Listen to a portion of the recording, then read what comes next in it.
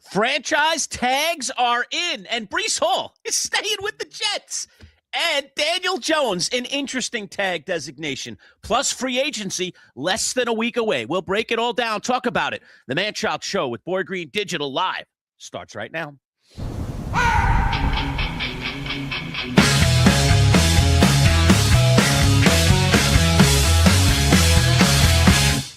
Let's go! It's time for the talk to you. Cause it's all we're gonna do. And Boy Green is always on the scene. And we're gonna always bring it to you live streaming. So get ready.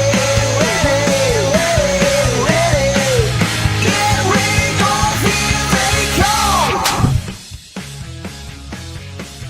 All right, we're here on a Wednesday, coming off franchise tag day yesterday. I don't know. I'll talk to you about this, Boy Green, but I was like, it's kind of uneventful, really. I mean, Breece Hall, of course, a big story because we cover the Jets so among our New York teams. You know, Daniel Jones, we were all talking about whether that thing was going to settle or not.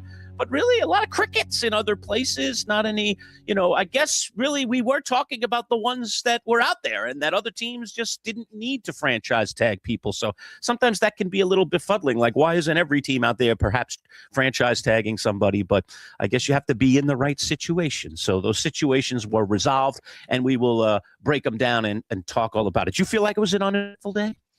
I don't actually. I get it with the overall number of tags not being a number that would grab people, but two things: the Jets pivoting to franchise tag, all the talk had been transition, so that was a startling change. And then the Colts not tagging Alec Pierce and transition tagging Daniel Jones, I think was a massive mistake. And we'll see if our special guest, who joins in a second, Giants dilemma, right? Saquon and Jones, and which do you tag and which do you sign and do you do? Okay, we'll get into that whole thing. These are the tough decisions that can come back to haunt you. All right, we are presented by Northeast Roofing Professionals, NERPCNY.com, the fancy logo, Boy Green pointing to it right there. And today's video is brought to you by our friends at Northeast Roofing. So they will get a sole spotlight here today. All right, it is time to talk all things NFL. We do it with our NFL insider between the hash marks on Substack. It's the one, the only Matt Lombardo. What's up, Matt? How are you? I'm great, boys. Hey, what a great time of year. This is one of my favorite weeks on the calendar. You have the franchise tag window closing, legal tampering about to begin. And, Lurch, I'm kind of in agreement here with Boy Green when it comes to the Alec Pierce situation, because it's one thing to play a game of chicken with Daniel Jones on the transition tag and all the teams that need quarterbacks, given the fact that he might not be fully healthy until week 3 or week 4. But you're kind of, unless you have the ink isn't yet dry, but it's signed to the contract with Alec Pierce. Think about these teams that have cap space and need a top wide receiver. The Titans with $94 million. The Raiders with $88 million and Fernando Mendoza coming in there. The Chargers with $84 million and continuously looking for new weapons for Justin Herbert. The Jets with $74 million looking for that number 2 weapon opposite Garrett Wilson. The market for Alec Pierce is going to be robust, and unless they announce some sort of long-term deal by the time this show is over, I think that's a really, really major risk by the Indianapolis Colts. Mm-hmm. Yeah, risk it is. Matt, one other thing, too, on the Jones thing. So they did the interesting thing, and we never see this typically with quarterbacks. I think this might be the first one ever. The transition tag, all right? This is the tag where other teams can now throw an offer sheet at Daniel Jones, and we know there are a few teams desperate for quarterbacks, including one over there. I know he doesn't have any interest personally in Daniel Jones, but maybe when you're a team without a quarterback, you should. And I frankly think that any team out there that needs a QB and has the cash should throw a fat offer sheet at Daniel Jones. And I'll tell you why. Number one, Indy's in a real spot, and they're going to have to sign this guy and match that offer sheet. So why not suck up their budget, right? While meantime, kind of throwing a rock in a pond and seeing, where it lands kind of thing. I mean, I think you could just be an annoying spectator, dare I say, on the side here because you have the money to offer. Now, of course, if it comes to fruition and you, dare I say, stuck with Daniel Jones, although some might not feel that way that don't have a quarterback right now, you've done something to hurt another team in the league. Give me your thought about that in this whole transition tag on Jones. Yeah, I thought that if you were going to tag Daniel Jones, that you use the franchise tag, because before he got hurt last year, I thought that he showed you enough that he could be a top 15 or so quarterback that you could build around. And if they had used the franchise tag, you're talking about allocating the average of the top 5 salaries in the league at quarterback. But if a team did what you said and you suggested, Lurch, and you decide not to match the offer, the Colts will get 2 first-round picks to let him walk, whereas on the transition tag, it's the cheaper salary, the average of top 10. But if he walks, you go to Gotts. You get nothing. You get the empty bag for letting him walk. So, when I look at the Daniel Jones potential landing spots, the Arizona Cardinals come to mind for me, that if you want to go down that road, you have Mike LaFleur, who is, of course, Matt LaFleur's brother, as the offensive coordinator / head coach in Arizona. They're moving off of Kyler Murray. They have like $30 million in cap space. Go sign him to the offer sheet. You have nothing to lose. You might get a quarterback out of this that you could build around, or at least use as a high-price bridge for the next couple of years, with Marvin Harrison Jr. there, with a pretty damn good tight end in place there. So if I'm the Cardinals, I'm probably going all in on Daniel Jones in the next couple of days, at least making him a strong offer. Now, Matt, Lurch said it, there's a lot of desperate quarterback teams out there, and Daniel Jones, prior to getting hurt, was playing magnificent football. But he did get hurt. He blew out his Achilles halfway through the season. Does that affect the market at all for one Daniel Jones, of people that are rushing? And this is why it goes back to me, why I think it was a mistake for the Colts to do this. I'm franchise tagging Alec Pierce, and I'm hoping that with Daniel Jones' Achilles situation, that teams aren't rushing to sign him the same way they may be Alec Pierce. So, let's start off just with the Daniel Jones element. Does his injury complicate his market, or because of all the desperation at quarterback, it doesn't affect it at all? Oh, I think it absolutely complicates the situation and the negotiations, and it's at the very minimum, it's a conversation.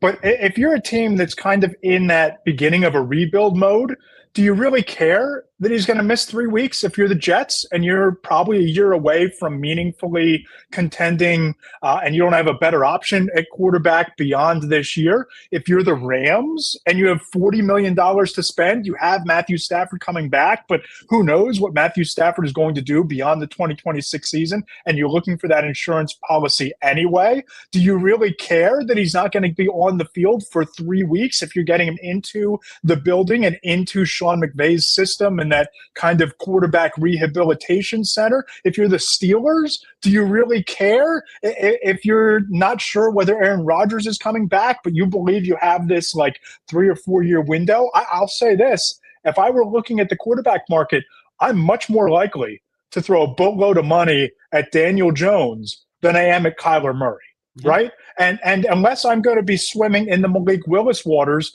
I don't know that there's a better option out there. I'm not overpaying for Kirk Cousins. I'm not trading draft capital for J.J. McCarthy if I'm serious about winning in 2026. So I think the Colts really opened themselves up to an expensive game of chicken by not using the franchise tag while not having a long-term deal signed and in place with Alec Pierce. So Chris Ballard, I'm not quite sure what you're doing here, but if they wind up losing both, it could be a really, really rough offseason in Indy.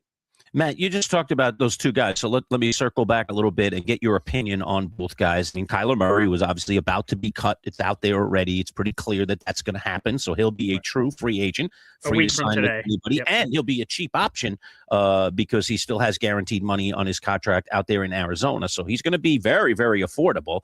And then Malik Willis, who might not be as affordable, but is younger, has that upside, but has barely started games in the NFL. I still just don't know what this young man really is as a quarterback. Give me your evaluation of each of the two guys.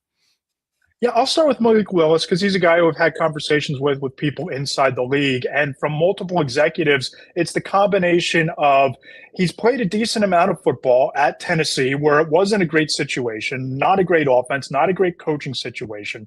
And then he goes into Green Bay with Matt LaFleur, with that quarterback whisperer mentality of a coach, with some real weapons around him. And there's a belief that you can judge Malik Willis off of what he did in Green Bay as what he is as a quarterback versus the disaster that he walked into in Tennessee, and then they just kind of gave up on him after something like 14 starts, or maybe even less than that. I don't have the numbers in front of me, but a very limited sample size. So I think that you're betting on the upside of Malik Willis coming out of the Matt LaFleur program, doing exceptionally well in that building, in that system, compared to a guy like Kyler Murray, who there are whispers in multiple buildings about the lack of a work ethic, about the lack of a commitment to football. You've seen the warts on tape, not being able to get on the same page with a guy like Marvin Harrison Jr., who didn't just forget how to play football when he left Ohio State and fall into the doldrums of his first 2 seasons in the NFL.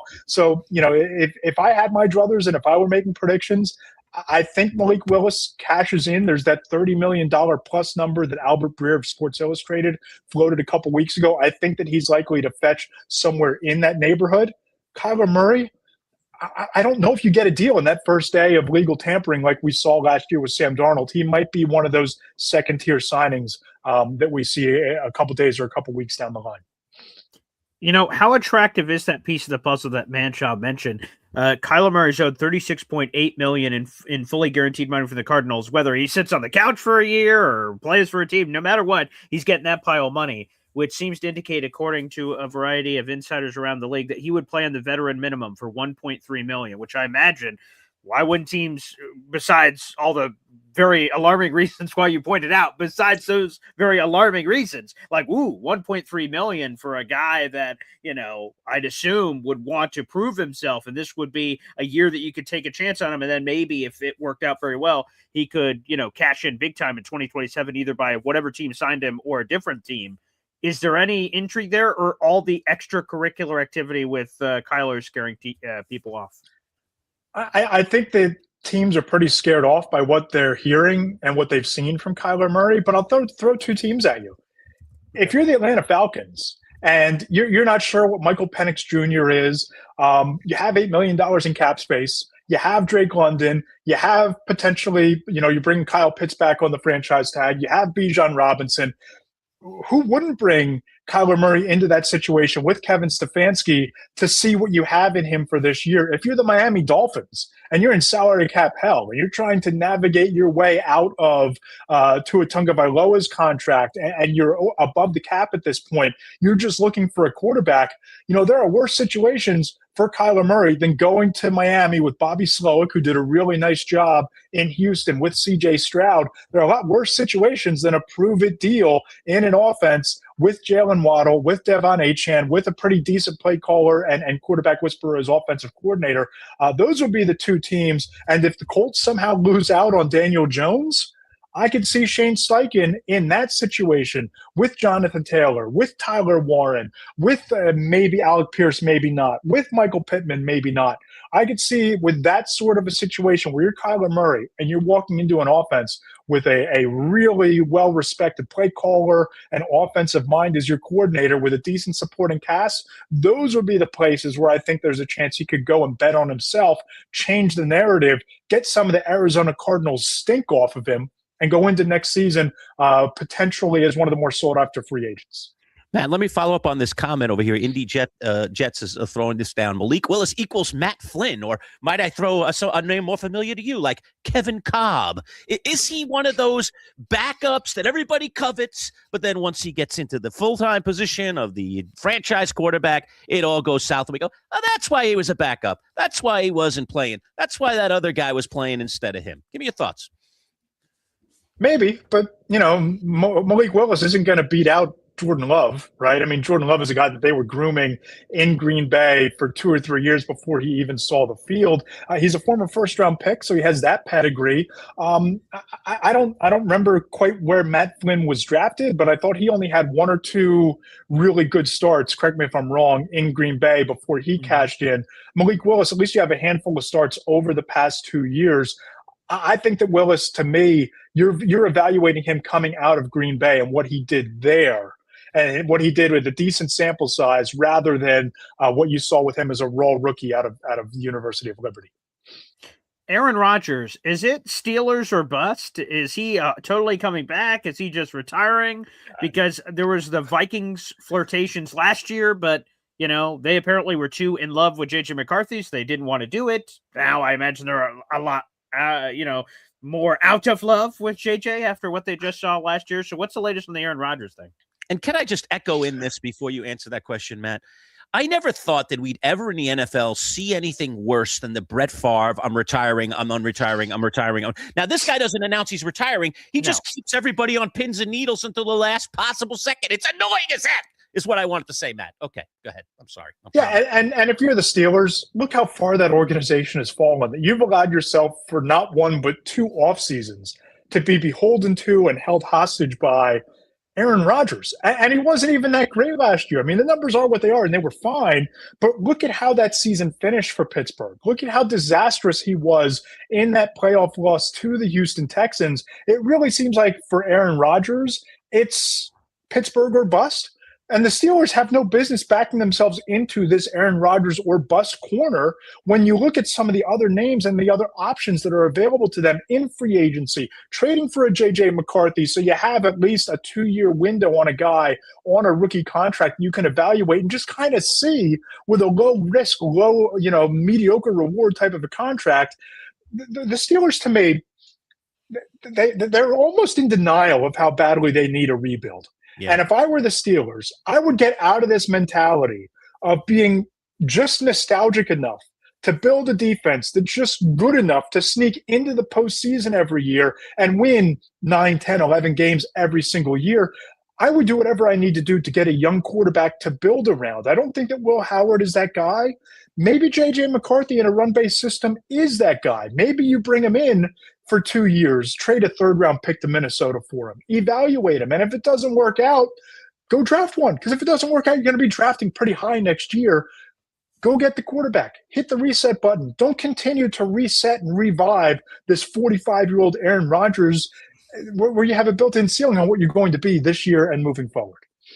It was fascinating to me, too, just to touch on the Steelers for another minute here, Matt, and that is we saw that survey come out, where they rated all the teams and the Steelers rated incredibly low, right? And it was interesting. The one thing that the Steelers scored high on was their former coach, Mike Tomlin. He was like a 10 out of 10, 100 out of 100, whatever. He's right at the top of the standings. But then you looked at why the Steelers were so low near the bottom of the league, and it was ownership, facilities. I'm like, man, I always thought the Steelers were kind of, that stable organization that everybody loved, and it was a warm fuzzy. And then you see the players rate them, and they're like, this thing's crap, man. Total crap. Other than the coach who's gone, this thing stinks. Give me your thoughts. Yeah, I've never been in the Steelers practice facility, but, I've seen how, people look at those report cards, and you have to remember it's the locker room and the facility of the practice facility that these players are grading, not the glitzy, glamorous, wide open, spacious stadium locker room with the mahogany benches with the padded seats in every locker and USB chargers and all the bells and whistles that the fans can walk through on these stadium tours and say, oh, wow, look at Acrisure Stadium's amazing locker room. Look at Arrowhead Stadium's amazing locker room. And then you look at the pictures of the practice facility, and it's like a couple of metal bars and a wooden bench as the locker. You know what I mean? So I've never been to the facility, but I can see why if you're not putting the same sort of investment, it always amazes me, right? Because you look at these major college football programs and like you have to push a button for their locker to open, and it's like got their image on there, and it says like, hello, Jim Lurch. Welcome into the Syracuse football orange facility. And it's all got all the bells and whistles and the training tub and everything. Mm-hmm. If teams didn't invest in the stadium locker room, invest in the practice facility locker room, I think that maybe they'd be graded a little bit higher than they are. Which would make a lot of sense. Remember, players spend 40 hours a week at the practice facility. They spend like 90 minutes in the stadium locker room every week. Right. Yeah, it's a good point, and I appreciate you explaining that difference for people that may not understand it. And they're like, geez, what the hell's going on here with these players? Matt, let's start off with a player side. I know you've done some columns about this for Between the Hash Marks. Again, one of the fastest growing Substacks out there in the NFL universe.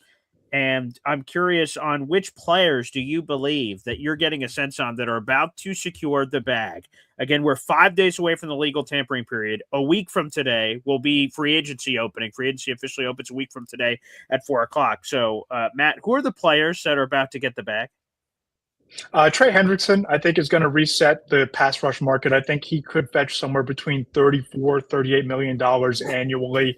It's a great year to need a pass rusher. You still have Odafe Owe out there. You still have Joey Bosa is out there. Khalil Mack is out there. Some big name edge rushers. Then on the second tier, guys like Boy Mafe from the Seahawks, who just won a Super Bowl. Arnold Ebiketie looking for a change of scenery from the Atlanta Falcons. It's a great year to need an edge rusher. It's a great year to be a free agent edge rusher because I think those numbers are going to really rise. Tyler Linderbaum from the Baltimore Ravens, their starting center. I know the Ravens are putting on a full court press to re-sign Linderbaum, but don't sleep on the Chicago Bears in that market after yesterday. Drew Dalman, all-pro center, announces his retirement at age 27. He was really instrumental in the Bears helping cut Caleb Williams' sack total down from 68 as a rookie to 24 last year. Look for the Bears to spend big in the center market. And I think that when you look at the offensive skill players, Alec Pierce is going to cash in. I mean, he's going to get, top tier, top flight wide receiver money now that he's not on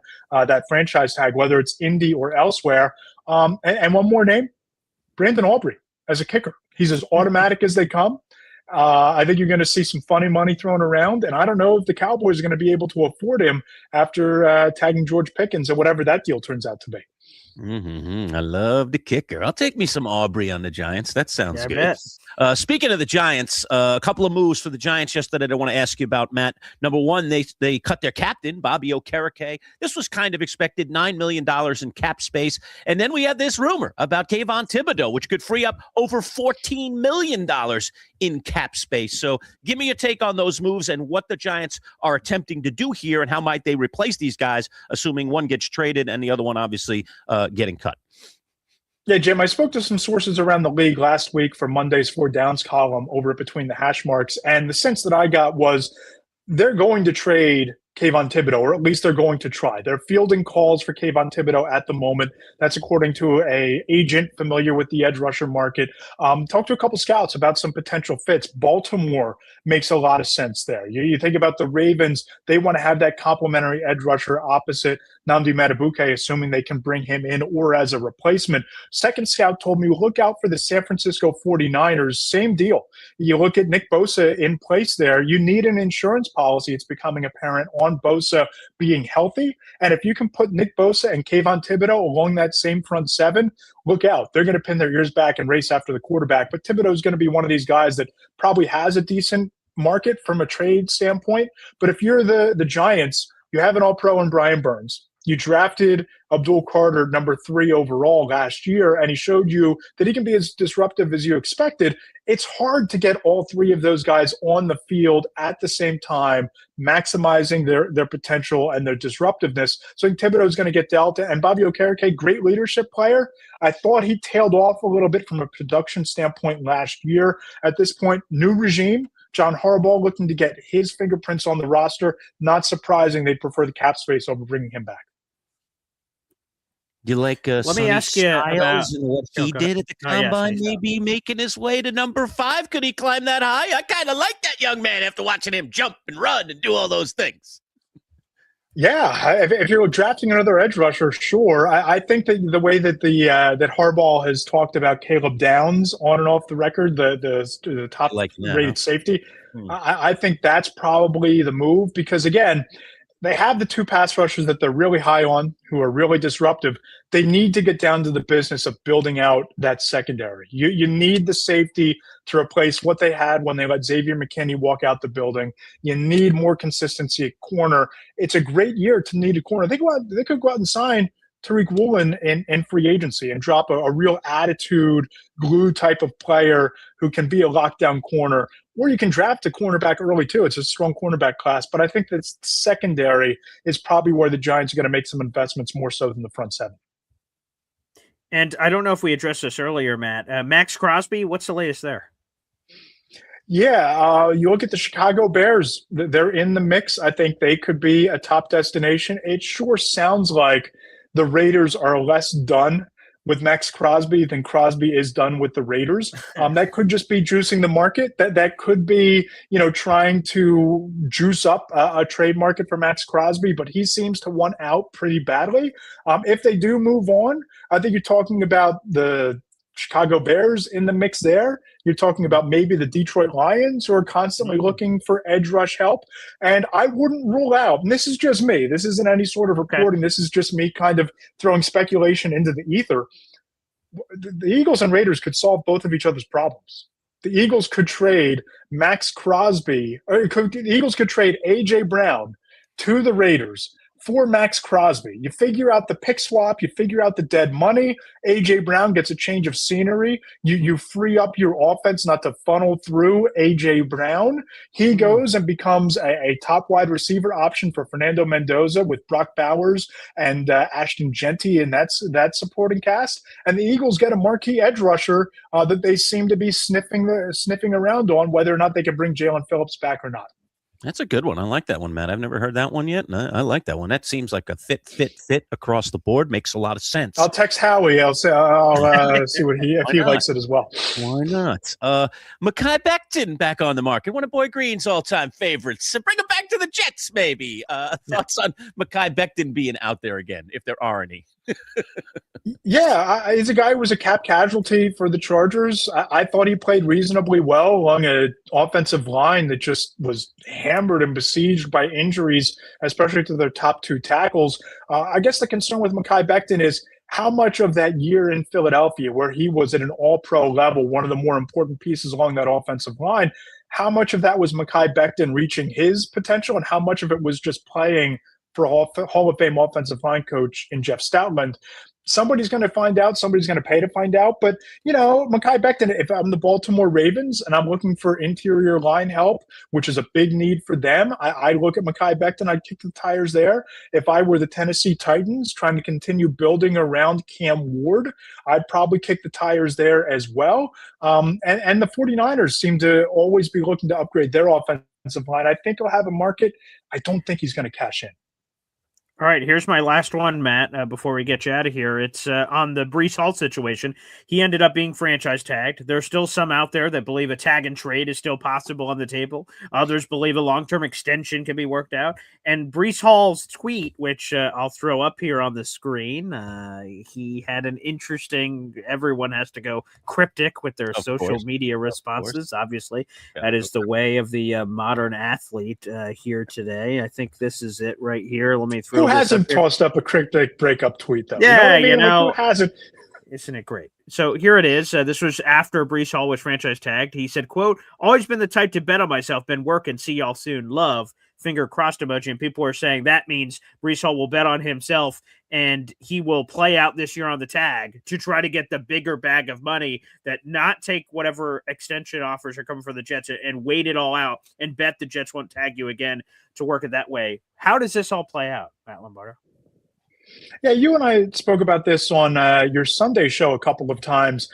I wouldn't have tagged Breece Hall if I'm the Jets, only because I don't know that I'm committing $14.5 million against the cap when I'm that far away from contending for a running back. But now that you've used the tag, if you're the Jets, I guess I would be shopping for a tag and trade type of a deal, but I don't even know what you're going to get with Kenneth Walker sitting out there as a free agent. If you're the Jets, maybe you let the Kenneth Walker market settle itself, and if the Kansas City Chiefs lose out on Kenneth Walker, you call Kansas City and say, hey, let's rework that trade we were talking about at the deadline. If Kenneth Walker goes to Kansas City, or he, signs to a running back needy team like the Titans or the Commanders or something like that, then I'd probably call Seattle and I'd say, hey, you just lost a 24-year-old Super Bowl MVP. I have a 25-year-old Breece Hall, not a whole lot of miles on those tires. What do you give me? Will you give me a third-round pick to replace what was a vital piece of your offense? But if I'm the Jets, I think I'm going to try to move him. I'm going to try to play it out on that tag if I can. And if I'm Breece Hall, I don't think that I'm going to sign a long-term extension because with an improved offensive line, as they're sure to build during the draft and with all the money they have in free agency, why not go bet on yourself and cash in next year? Matt, last one for me, another guy that popped in the combine, and I just wonder how much he's popped up your draft board, Jeremiah Love. Give me your thoughts on him, and will Kansas City cash in at number 9, or is there no chance now that he had a good combine that he'll ever get there? And if Kansas City wants him, they're going to have to trade up to get him. I know the Giants are throwing a lot of, interesting thoughts out there, perhaps to lure Kansas City into a trade, perhaps. Give me your thoughts on that. It's certainly smokescreen season, and Jeremiah Love, he did enough to light a fire. I'll tell you that. I mean, you can start a hell of a smokescreen off the workout and the performance that he had in Indianapolis. Look, he's potentially one of the 2 best players overall in this entire draft. He did nothing to move down those rankings for sure.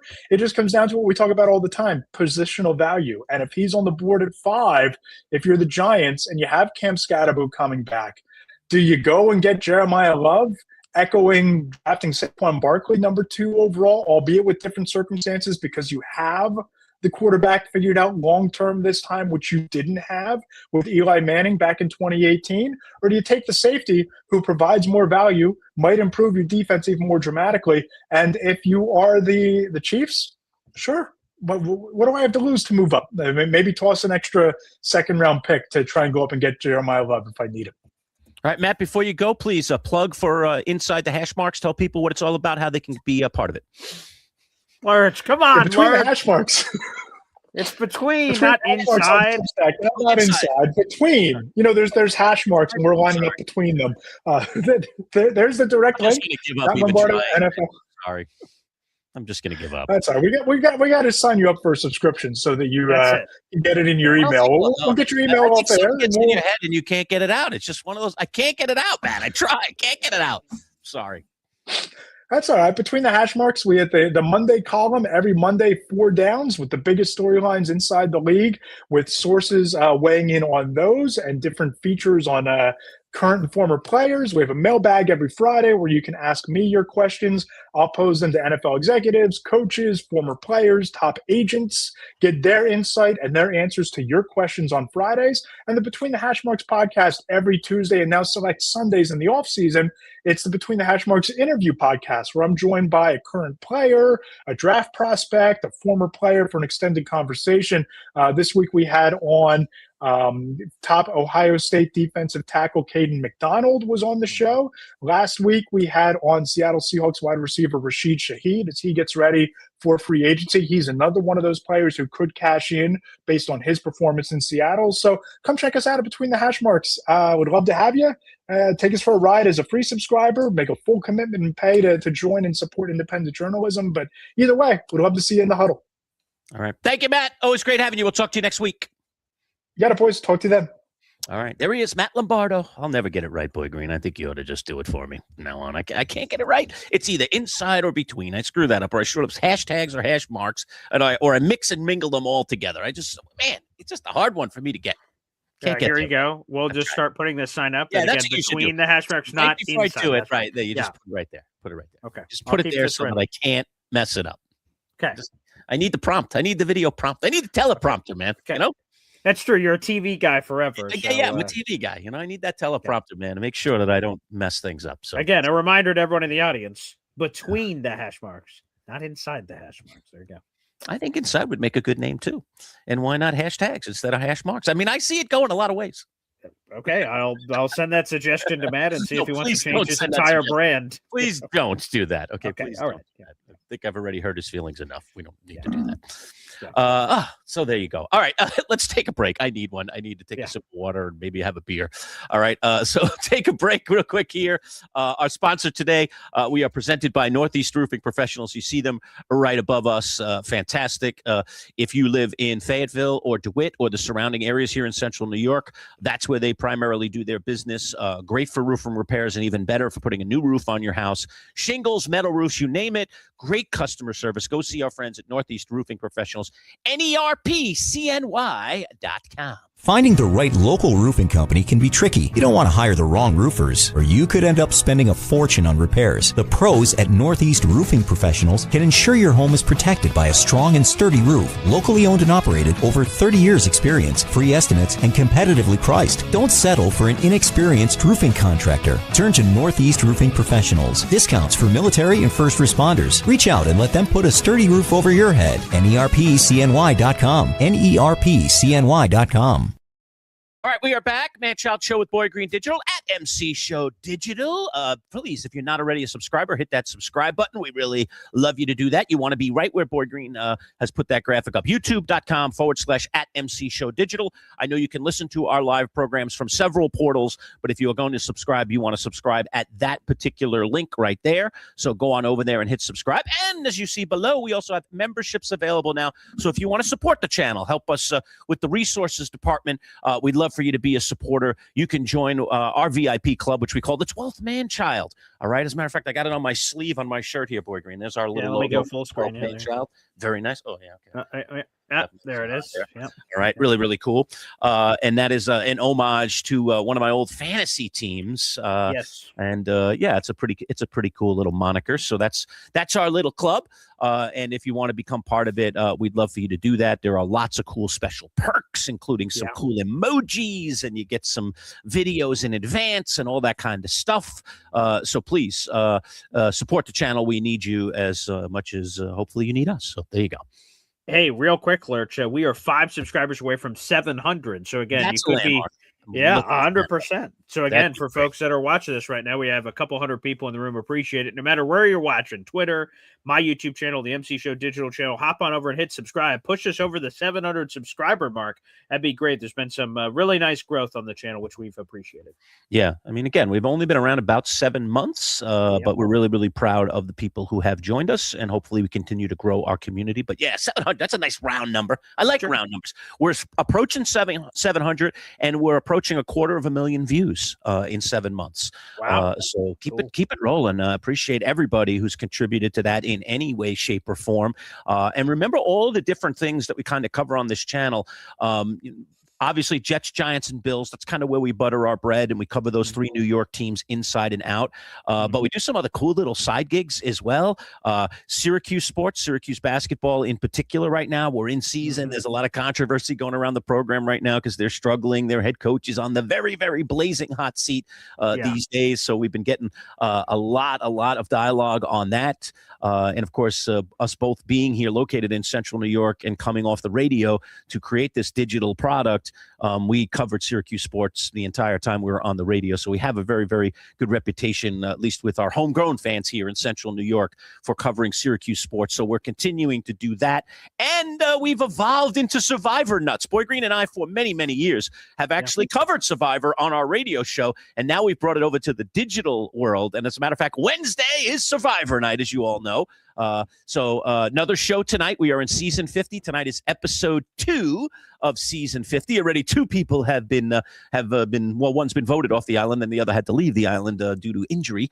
And so episode 2 is tonight, and we will have our regular recap show after the 90-minute episode tonight. So if you like a little late night and a little different vibe to the room, then it'll be myself, Boy Green, and Brett LaBelle, the former Survivor himself, who joins us for all of our Survivor post-game shows, or recap shows as we call them. And we do that. We'll start up a little after 9:30, probably about 9:40 tonight. We'll launch that show. We usually go for an hour or so, have a lot of fun. You can get in the comments. You can directly interact with Brett LaBelle, which is really cool. Again, he'll be with us throughout the entire season. And if you're interested in a little draft action, today at 1:30, we're doing our Survivor 50 fantasy draft. Boy Green, myself, and Brett. I'm doing this live because we had a little issue when we recorded. And does it have to be live? Yes, it will be. It's going to be live no matter what. 1:30, show up right here. And it'll be myself, Brett, and Boy Green. And you'll see some tiki torches around us as well for our Survivor-themed thing. And we will be selecting 3, or are we going to up it to 4? Definitely 4. We're going to select 4 survivors each in a snake-style draft. Yeah. All right. And the one thing we do have to decide, Boy Green, before we get to 1:30 is Who's first? Who's second? And who's third? What's the order? We got to either draw the order or we got to pick the order. Well, last season, for the first time ever, none of us picked the winner. I can't remember who was closest. Who was the final three? It was Savannah. Who else? And who else? Savannah, Rizzo, and no, Rizzo didn't make it. He lost in Final Four fire. Oh, he did. He did. So he didn't make it. Boy, who were the final? Savannah. So Sophie B, she made it. Sophie, right? Sophie, okay. Savannah, and who was the third person? Oh my God, I'm drawing a blank, Boy Green. I don't know. For some reason I had it. It was Rizzo. No, it definitely wasn't. So it wasn't Rizzo.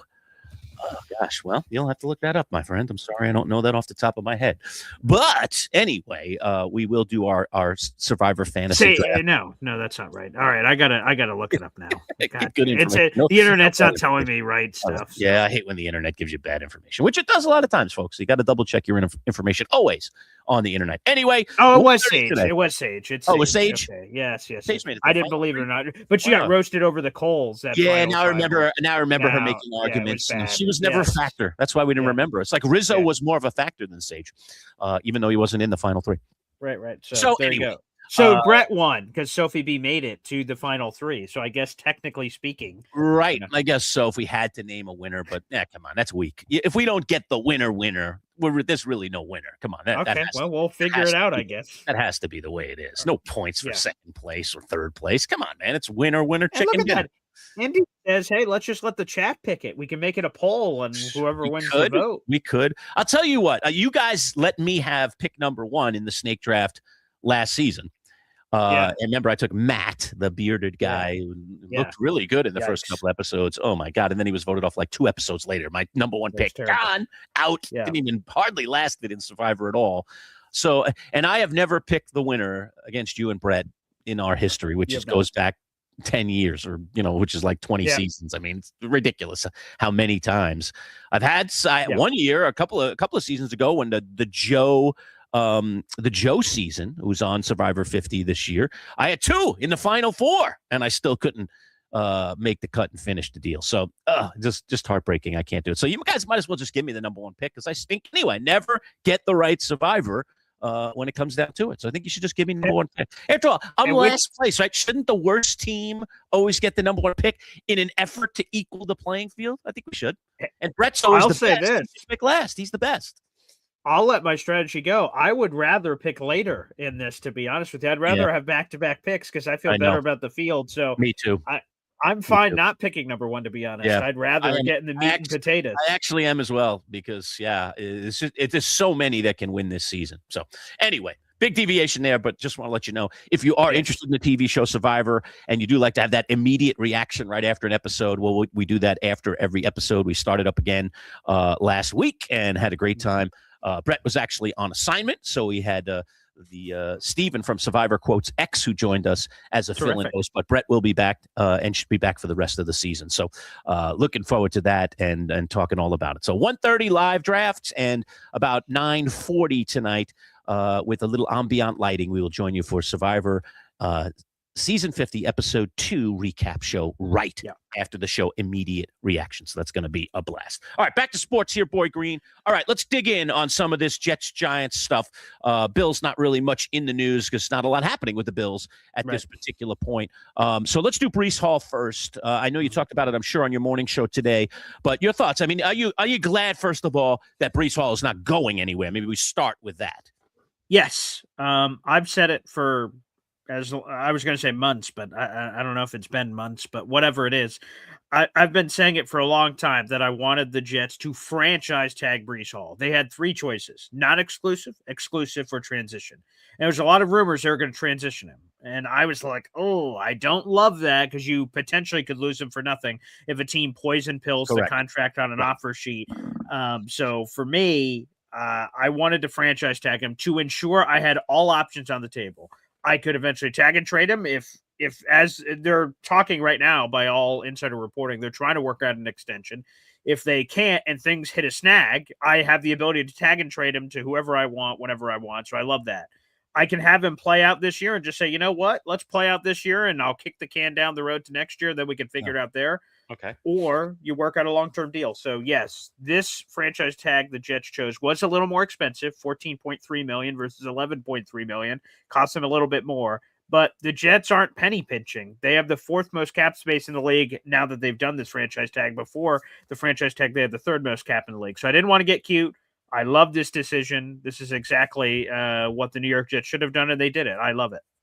Yeah.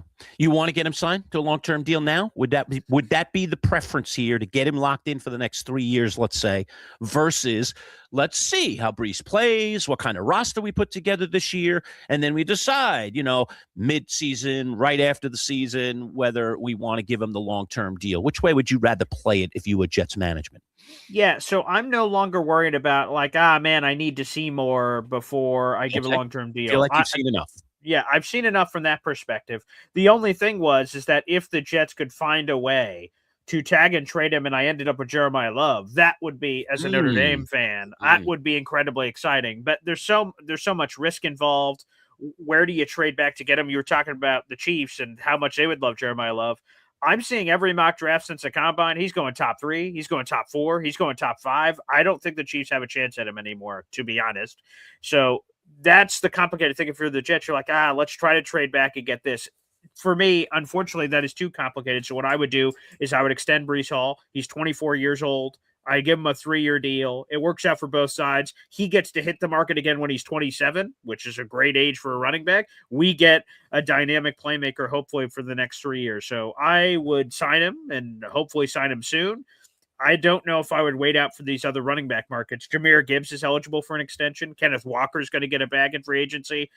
The Jets may hurt themselves if they wait for those deals to go through, and those deals are a lot. Then the Jets are like, son of a gun, and Brees Hall and his agent are like, ooh, yeah, whatever we were talking about before, now add this. Because he's comparable. He's comparable with those guys. So then, the price not Gibbs, but the other, Kenneth. Yeah, sure. Right. You're right. But I agree. And the price always goes up. It never goes down. I call it the Jerry Jones syndrome, because Jerry Jones does it constantly. Waits, and then gets killed. All right. And Dak Prescott is living, breathing proof. Of course. To me, Dak's a wonderful quarterback, but they overpaid for him. They overpaid for him badly. And what do they have to show for it? Nothing. Now they've had to renegotiate his contract just to try to create some money under the cap so they can do some things here in free agency and going forward.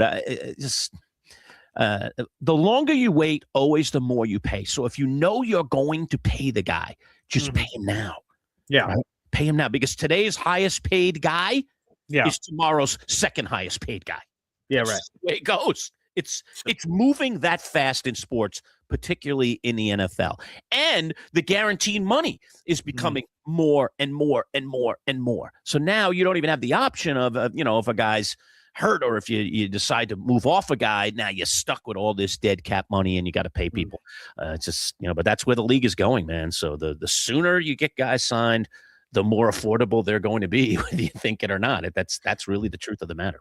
Yeah, I'm not afraid of the market topping out because, Saquon's making over $20 million. Christian McCaffrey's at like $19 million. I'm not afraid those are outliers, so I don't think this current market is going to touch that. Again, franchise tag for Brees Hall is $14.3 million, which is $5-6 million less than the top of the market. So I don't think it's going to get that crazy. But still, if Kenneth gets $15 million or something, like all of a sudden the Brees negotiations take a pivot. Now, if Kenneth undersells and he gets like $13 million, now the Jets are like, aha. Sweet. It works out, but that's a risky game to play. Definitely a risky game to play. And you don't have any interest in Mekhi Becton, I got to believe, right? I know you're toying around with that, right? But you don't have any interest in him. I do not. Now, when he was with the Jets, they asked him to play guard, and he tweeted out, "I'm an offensive tackle," then deleted it, and there was all kinds of drama. And he was unwilling to move to any other positions. He gets dumped by the Jets, and he immediately goes to Eagles, and then they tell him sternly, you're playing guard, you're not playing. And he went, okay, I guess I'll play guard. And he won a Super Bowl and had success and got paid a lot of money by the Chargers before he just got cut. So, someone mentioned it earlier, it might have been Indy, might have been Dirty, whoever you feel about it. Him at guard, I guess, could be an option because the Jets are looking for a left guard, but there's just too much drama. When he was with the Eagles, he complained just with the Chargers before he got cut. He was complaining about how he was being coached. There's just too much baggage there. So yeah, I am all out on Mekhi Becton. Yeah, me too. No, I won't touch him with a 10 football. All right. And on the Giants side of things, so the Bobby Okereke cut, is that one cut deep, Boy Green? I'm okay with it, to be honest with you. They got a big fat hole in the middle of their defense. So I kind of think, I wonder if that's where they're going in the draft instead of going, for the safety. Are they maybe considering a guy like Styles or somebody in the middle of the defense, at the second level rather than the third level? Because that's kind of what Okereke did. He had a ton of tackles last year, but definitely his production, it just doesn't seem like he's the same player.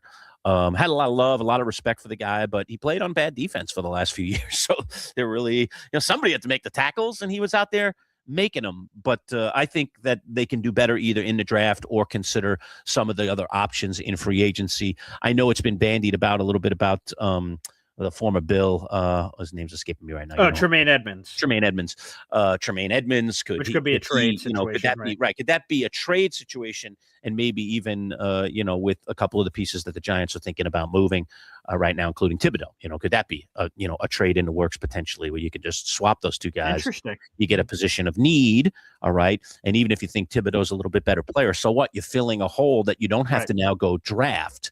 Okay, or go find in free agency and pay somebody else. You just do the old swapperoo. I don't know exactly how the money works on that one. Although Thibodeau, like I said, it's $14 million. That's going bye off the cap. So I'm not sure what the cost is on the Edmonds side of things and how that would affect the Giants' payroll. But that'd be an interesting thing, I guess, I would look at before I'd say, hey, that's a good idea to do something like that. But I do think the Giants are going to try to move off of Thibodeau. It seems pretty obvious. I mean, they're kind of like halfway denying, but, all the scuttlebutt from any of the insiders out there that follow what's going on in the trade wins, particularly there at the Combine, was saying Thibodeau's name was being floated around quite a bit. So it does look like the Giants are going to try to move him. I pulled up the Tremaine Edmonds contract. It's actually a near match. His base salary for this upcoming season is $13.9 million, and he's in the last year of his deal. So that could be a straight up swap for basically the same money. It could be. Okay. All right. Interesting there. All right. So you get a position of need. I don't know. I'm not thrilled about it.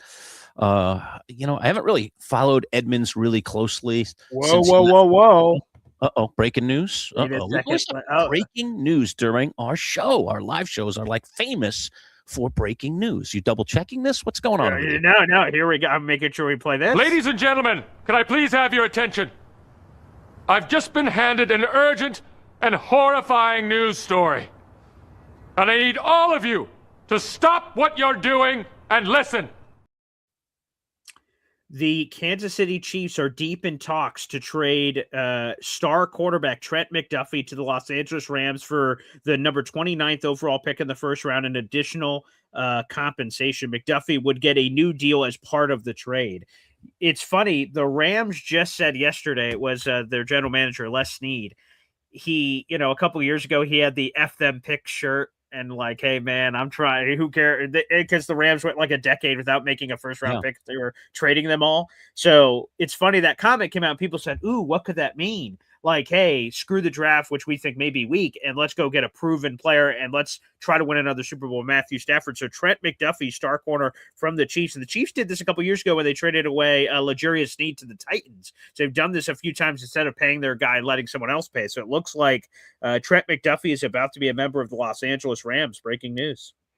Okay, that's interesting. Now, so does that make the Kansas City Chiefs, again, just, doing a little chess here, moving the pieces around the board? Okay, so theoretically, if this trade is made, now the Chiefs have 2 first-round picks, right? Their pick at 9, and now would you say pick 26 or 29? 29. 29? All right, so does that make the Chiefs' ability, all right, does that create a more of an ability for the Chiefs to now move up and go get the thing that they covet, which I think is Love. I think they really want to get him. And I think they're sitting at 9 going, oh man, we're going to get skunked. If one of the teams, in the top 6 don't skunk us, we'll get skunked at 8 by New Orleans, who will grab him, and we'll have been 1 pick away from getting this guy. So now with 2 first-rounders, now you could theoretically go up and make a trade with, say, someone like the Giants, who sit at 5, right? And then what's the offer back? Well, you give the Giants 2 picks for 1, and you get to move up those slots and maybe assure that you get Jeremiah Love. Because I don't know that anybody above 5 is going to take Love. I just don't see it in the needs, and I just don't think it's going to happen. But once you get past that, it kind of is like, okay, that could happen with some of these other teams. Well, 2 mock drafts have had Jeremiah Love going 3rd overall and 4th overall. Dane Brugler had that this morning in his piece. So you may be surprised with how far they go. I think you don't want to buy it because you want to be the beneficiary of this trade, which would make a lot of sense. Of course, yeah, but no, but I just don't buy that someone's going to pick him at 2 or 3 or 4. Where are you saying 2, 3, or 4? The Jets aren't picking him now that they have. No, not 2, 3 or 4. It'd be Tennessee yes, the 2 teams are right. I just said them in the incorrect order. 3 with Arizona or 4 at Tennessee. I've seen him mocked to both of those teams this week, but I just did the math real quick on the NFL draft value chart. So apparently the Chiefs would get more than just the first round pick of the Rams. More is coming, but they're trying to get those details in. But let's just use that pick for now. So 9th overall pick and the 29th overall pick is worth 1,990 points, 1,990. Now, according to the NFL draft value chart, that could get them as high as the 4th overall pick or the 5th overall pick. So Titans, Giants, it's not enough to get the 3rd overall pick. Okay. But the question is would a team be willing to move? Like, okay, that technically apparently can only get you up to like the 4th or 5th overall pick. But would a team like the Jets say, hey, I know that that's not an equal fair value with our trade, but we'd be willing to do it because we want the picks. So they take a little less to make that deal happen. That'd be interesting. So according to the points, the maximum, the highest they could get to is Tennessee with just those 2 picks. Of course, they could add more picks to move up. So interesting. You say use these picks to move up to go get Love. I mean, let's talk about the Cardinals for a second. See, the Cardinals could take him at 3. The Cardinals have needs all over the place. Why the heck are they taking a running back at 3? I mean, he's a absolutely tempting specimen, and anybody could take him based on his talent. Period. Yeah, they have so many needs. Why would they take a running back of all positions? That makes no sense at all to me. So I have to X them off. Sorry about insiders out there that say that. I just don't buy that at all. Yeah. All right. So that just leaves Tennessee. I don't know. I haven't done a draft profile on Tennessee, but is Tennessee? Are they in great need for a running back right now? They are in great need of a running back, but it goes to your point. I would just say this in a general sense. All these teams at the top of the draft have a million needs. That's why they're at the top of the draft. They stink. That's the truth. So, we all stink out there. We stink, you stink, we all stink. Right, 100%. So it's it's not an ideal situation from that perspective. But I am curious though if that is the play behind the play. You make a move to make another move. Here's one. William throws this one out. How about if the Jets, all right, if they really want to, if they want to make sure no one gets Love, okay, and they could go all the way up to 2, and then they could do 9, 29, and 40 with the Chiefs. Let me do my quick math. Picks. I mean, I bet you that's going to calculate in your little calculator there that makes sense that you could take those 3 picks, 9, 29, and 40, and that would equal number 2, Now, do the Jets want to have all those picks, or the maneuverability, dare I say, of all those picks? That would be So according to the calculations, the Jets' number 2 pick is still worth more than 9, 29, and 40, according to the math. Yeah, the math ends up being 2,490 points. The number 2 overall pick is worth 2,600 points. But again, if I'm the Jets, I'd be willing to take a little less to get more picks because you still have 16, you have 33, and you have 44. So you're telling me I'd have 9, 16, 29, 33, 40, and 44. There'd be 6 picks inside the top 44. Woo! If the Chiefs are willing to do that, if the Jets made that trade, that makes the Jets swing at a quarterback sting a lot less. Like if they do want to go for the Alabama kid, if they want to go for Simpson, then with all those picks, somewhere along that line, you get him. All right, take a gamble. Why not? Because you've got other. You've got all these other picks to land other positions on the team, these places that you have to fill. If indeed that was the guy they were high on, or if it's somebody beyond him, now I think you could do that somewhere in the 2nd round, and now you'd have 3 second-round picks. I mean, one at the end of the 1st, and then 3 in the 2nd. I mean, that gives you just a ton of versatility to go get whatever guy, whatever potential quarterback you covet. Outside, of course, of the one that's going to go number 1. I mean, that would be exciting. So William Ameley, and yes, all the picks you would get from that would be a lot of fun. I don't know if the Chiefs are pushing all their chips into the middle, or do they want the multiple picks so they can hit multiple needs? I don't know. Right. Yeah. Wow, that's surprising me. 9, 29, and 40 is not worth what 2 is worth. Wow. That's draft value chart to me. Okay, so that's just a raw draft value chart. But then the other thing that I would throw in the blender here is that 2, you could argue this year that 2 is worth less than it normally is worth because there's only one quarterback on the board at 1. You know what I mean? So 2 is usually a very valuable position because it's usually a team that covets a quarterback, All right. And now you don't have to do that. The full details are in, so Okay, I throw it guess out there, do yep. this again. Ladies and gentlemen, can I please have your attention? I've just been handed an urgent and horrifying news story. And I need all of you to stop what you're doing and listen. All right, we're listening. Okay, the NFL's NFL insider Diana Rossini of The Athletic says the Rams are giving up 4 picks to the Kansas City Chiefs for Trent McDuffie. They're giving up the 29th overall pick. That's in the first round. A 5th rounder this year, a 6th rounder this year, and a 3rd rounder in the 2027 NFL draft. So 4 picks. Again, a 1st, a 5th, a 6th, and a 3rd in exchange for Trent McDuffie. That is the full details of the trade. Trent McDuffie, for those who don't know, a star, very talented cornerback for the Kansas City Chiefs, is now headed to the Rams. Now, this should all be noted. The new league year does not officially kick off until a week from today at 4:00. So this trade cannot become official until that point, and physicals must be passed, but that is all expected to go through. So 4 picks for Trent McDuffie. Wow. Okay. What a haul. Nice. It's not bad. Pretty The good Rams, haul. the Rams are totally in win now mode. Of course. You know that they're trying to. I mean, they almost squeezed one out of Stafford last year. You know, and he is going to come back apparently. So they're going to try. I mean, they're going to take one more swing here at the Pinata this year. I mean, they're on the precipice. They've proven it. They're right there. They would have beaten the Patriots if the Rams beat the Seahawks and the Rams are in the Super Bowl against the Patriots. I think the Rams beat the Patriots with a wrench, just like Seattle did. And I think they would have won the Super Bowl. So I don't disagree with you. I don't disagree with you. So then why not take one, take another swing here before Stafford hangs him up? Because I don't know after this year. I mean, that guy's taking a beating, man. When he was in Detroit, I mean, he was just regularly getting pummeled. And so, he's a wonderful quarterback, but man, he took a lot of hits. And he's still really good, but one more might be it. And this might be it. This might be the last one of him at a highly functioning level. And then we see that fall off like we've seen with guys like Rodgers and some of the others. You just see like, okay, the wheels aren't quite the same, a couple of hits and the guys, not quite yanking them down the field the way they used to, so on and so forth. So. Yeah. Wow. This is, man, I love it. Lurch, we're in the thick of the NFL offseason now. We're blockbuster trades like this. Quickly over to Kyler Murray for a minute, because he has to be a point of discussion for your Jets, whether you like him or not. And I know a lot of Jet fans don't like him, and I don't blame you. I can't figure it out. I can't figure out whether he's worth a gamble or not. The reason that I say he could be worth a gamble is because the price will be absolutely minimal. All right. Mm-hmm. So that's tempting when you can get a guy who has talent, and he has talent. Okay. You can't deny that he has talent. But I think the bigger question here for the Jets is he a fit? Does he make sense now, in this moment, at this moment, despite the fact that he's cheap? So the cheap thing is like one reason to say, let's just do this. Wow, we don't even worry about it. We still got all this money, and we can still go crazy in the draft and crazy in free agency and really try to put a good roster together, That's a reason to do it. But then do you trust this guy at all? Is it the right time to bring a guy like this who has talent but maybe isn't a system fit?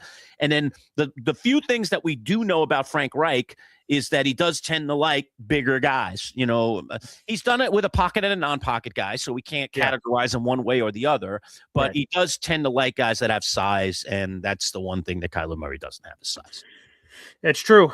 Here it is from Fox Sports earlier today. This was what Boy Green Daily was about this morning. The Jets take him, huh? The Jets are the betting favorites to land Kyler Murray, who was informed yesterday he will be released on the first day of the new league year, which again is a week from today.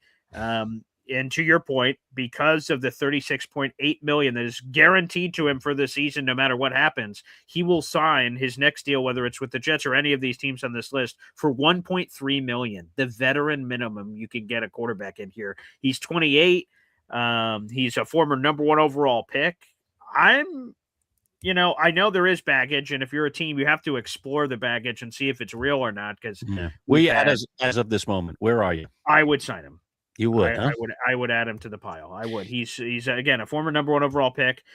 If he has, so every year his career average for rushing yards in a season is around 400 rushing yards. If he has that average this season, this is an unbelievable stat. He will be inside the top 10 of rushing yards all time for a quarterback. That's how dynamic Kyler Murray has been. He's been one of the most dynamic rushing quarterbacks in NFL history. His numbers have been really good. Now, unfortunately, in 2 of the last 3 seasons, he has missed significant time, appearing in 5 and 8 games in 2 of the last 3 years. Now, he had a season in between where he played a full season, all 17 games. So there are durability concerns. He's a smaller guy, so you have to work an offense and cater it specifically to his needs. But the Jets, you're desperate. Let's be honest. Let's call it how we see it. No doubt. Are we going to throw Are we going to throw rocks from our glass house? Say, I'm not sure if he's a perfect fit. Guess what, Jets? Your quarterback room freaking sucked last year. Brady Cook, Justin Fields, Tyrod Taylor. You need an upgrade. Kyler would be an upgrade over that room. So is there warts? Of course. There's warts on any of these quarterbacks the Jets could possibly want. Yeah. At this moment in time, I'm willing to take the risk. Yeah, I'm leaning that way these days for you. I just like the options that you have to. You can say no to everything, but then those are the only options. So which option is it going to be? And if one of the options, on top of it being a reasonable swing, is also cheap, that makes the option just that much more appetizing to me. Here's another option. This broke during the show. Not worth playing Anchorman again, but. Apparently, this would be another veteran minimum move because of fully guaranteed money. The Jets, according to Mike Garafolo of the NFL Network, have been doing work on Tua Tagovailoa, making calls about him. He would be cut next week, too. Same thing on the first day of the new league year. And his next place he would go would be signing for the veteran minimum. So that just came out from Mike Garafolo in the middle of the show. And I'm like, ugh. But at the same time, again, am I throwing rocks from a glass house? A couple of years ago, Tua led the NFL in passing yards. That's pretty good. Have we had that? No. So, again, there's all kinds of problems with him. Concussion issues. He got his leadership called into question this past season with the dysfunctional situation down there in Miami. He sucks in cold weather, so I don't know why he would be trying to come up here outside of giving it to the Dolphins twice a year, if that's some motivation for him. So, yeah, apparently the Jets are doing homework. So, Jet fans, you got to come to the reality that our quarterback what the homework is on, what the options are. I wouldn't touch Tua. I would take a swing on Murray, I think, but I would not touch Tua. I don't know. The concussions scare me too much. The last couple of years, he just didn't look like a guy that I would want running my offense as my starter. I don't know. Yeah. I don't think I could do that on Tua. I think he's a great character guy, but he's just not a great player. All the things that were said about him in college, and tank for Tua, and everybody thought he was going to be a lock. I mean, and he's been fine, but but not anything what we thought. The expectations were way too high for what he ended up becoming. But Murray, I still think there's gas in the tank if he's motivated. The question, of course, is he motivated, and does he fit? I mean, is he a guy that sits today and says, if I get a chance as a starter for, say, the New York Football Jets, am I like, is he saying in his own mind, this is my chance to rebuild my career? This is my chance to prove everybody who, is a hater out there wrong. This is my chance to show that I'm absolutely, that kind of talent. I think that's what you hope his mindset is if he's going to be your quarterback. And if it was, all things could really go right. It could go really much better than we think. But it's a swing. It's a swing. And I don't know. I don't know if I trust it, but again, the options. What are the options? And also, I would tell the Jets to look in a mirror. They have a terrible history of developing quarterbacks and being a quarterback, whatever the word is. But here's the other thing. I think the Jets are actually a favorable situation. When you look at their offensive line is pretty set. Brees Hall's under the franchise tag. You have Garrett Wilson. Mason Taylor was a top 50 pick at tight end. And you have $75 million in cap space and 4 picks inside the top 44. If you're a quarterback, I understand the normal, the Jets, ghosts, demons, curses, all that stuff. But if you take a step back, go, you know what? It's not too shabby, plus everything else. So, again, if you're one of these guys, you're Tua, you're Kyler, you're Geno, whoever, those are the kind of guys that have guaranteed money on their contract, so they're signing for veteran minimum with some team. You say for 1 year, I can boost up my stock and if I save the Jets, I get bonus credit, and I either stay with the Jets for the next couple of years or I secure a bag with someone else. I think there's a compelling case to be made. Yeah, I think there is too. Oh boy. A lot going on. Oh man, you got anything else on your docket today, man? Pretty pumped. We got a busy day today, man. We have the Survivor draft. We have the Survivor show late tonight.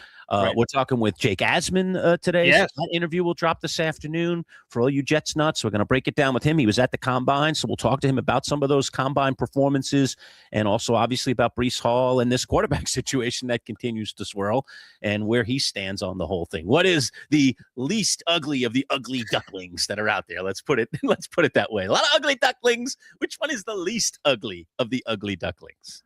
That's really it. So, no, we have a very busy day today, so I can't wait. Again, you mentioned it. We have the Jake Asman interview coming up. We have our Survivor Fantasy draft coming up for Season 50. That's live at 1:30, so you'll have some bonus content, folks. So you tune in live at 1:30.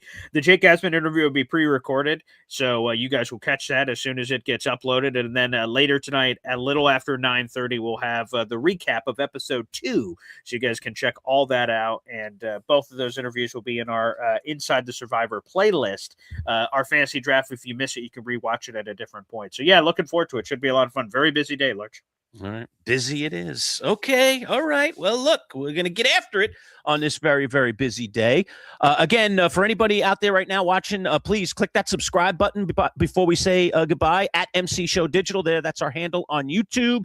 If you're already a subscriber and you want to support the channel, you can see the scrolling ticker below. You can now be a member and get some membership perks. Very, very cool. Some big announcements coming on the show next week. I won't divulge what they are, but they're coming your way. So be ready for some cool, fun announcements. We're doing a lot of work behind the scenes on some items, and we'll divulge next week. But Jake Asman today, Survivor today. We'll go inside the Bills on Thursday morning, tomorrow morning, and we're back on the beam with NBA and SU coverage. A couple of SU-related videos this week. We're going to be talking with Mike Waters, the esteemed reporter who covers as beat reporter for the Syracuse basketball team. We haven't talked to Mike yet this season. We're going to get his whole breakdown on the Adrian Autry situation and where Syracuse goes from here. By the way, for those of you that follow that, you know that Syracuse hired a new chancellor yesterday, or they promoted a guy that was already right down the hallway, and he moved into the bigger office. And by the way, Boy Green, I've already been, dare I say, taking a peek at the new chancellor and what he's had to say, because, of course, you know, you get accept a position like that, you start doing the press conferences and so on and so forth. I like what I hear. This guy's got some personality. He is the opposite of Kent Severud, who was like watching paint dry on the wall when you heard him speak or do anything. But this guy's been around. He's a big Syracuse sports fan. And talked about in his opening Salve press conference, when you're supposed to be talking about, like, you know, the academics at Syracuse University and how we're going to move forward and build things, big buildings, and build great infrastructure for our wonderful student body. And what was he saying? You know, we are Syracuse because of that basketball and football team. You know, and I really like those guys. That's what he was saying. I was like, yeah, all right, we got ourselves a sports chancellor. So I'm looking forward to seeing how this all plays out with the chancellor, who's going to have, obviously, as part of his agenda here coming up, hiring a new athletic director, because they've got an outgoing athletic director who's only going to be sitting in the seat until July 1st. But they need to get that moving forward, and they may be making a coaching change as well. So a lot going on at Syracuse University, and the chancellor, obviously, right at the head of that snake. There you go. Yeah, thank you to Indy. Great show, you guys. William Aimley, I see that. Have a great day, everybody. Very nice. And again, let's also give Lurch, can you give a shout out to our guest from earlier in the show? Yes, between the hash marks, not inside the hash marks or between the hashtags. It is between the hash marks, and it is our good friend Matt Lombardo on Substack. Fantastic. All right, Matt, I'm sorry. I love you, man. You know I love you. All right. Okay. All right. That'll do it here for our live show. Again, lots of content coming your way, so pay attention on the channel. Make sure you hit that notification thing as well so that you find out when we're dropping stuff, because we've got good stuff. And if you want to join us live, again, Survivor 1:30, Survivor about 9:40 tonight. All right. So a little different flavor, but you can join us for those two items. All right. That'll do it for now. We'll see you, folks. Take care. Thanks for tuning in.